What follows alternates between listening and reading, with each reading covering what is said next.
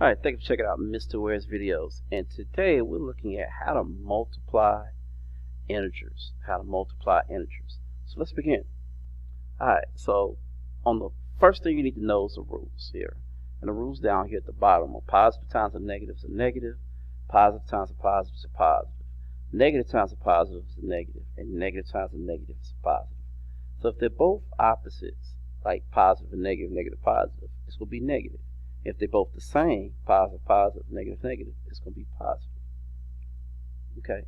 Once you figure out what sign it's going to be, instead of using your calculator, you could use a multiplication table, or you remembering what the actual product is when you multiply. So let's take a look at this first one here.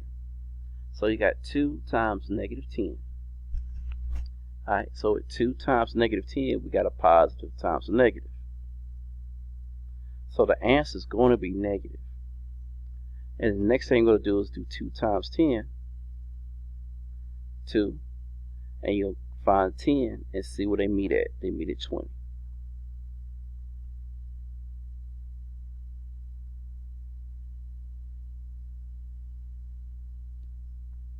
Alright, next let's try another one. We got a negative times a negative, and on this one it's positive. So negative times a negative is positive. And then we just got to find 6 times 10, which is 60. Find 6, find 10, and see where they meet at. 60. Alright, positive times a negative, that's going to get us a negative.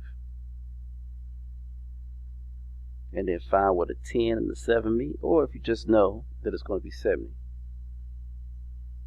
But do the signs first, and then do the actual product second.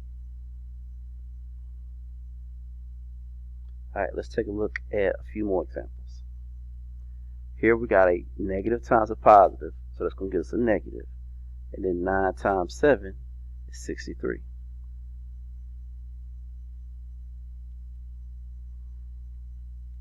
Next, we're going to do a negative times a negative, which is a positive.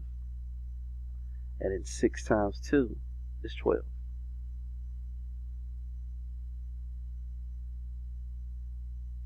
Now we're going to do a negative times a negative, which is a positive.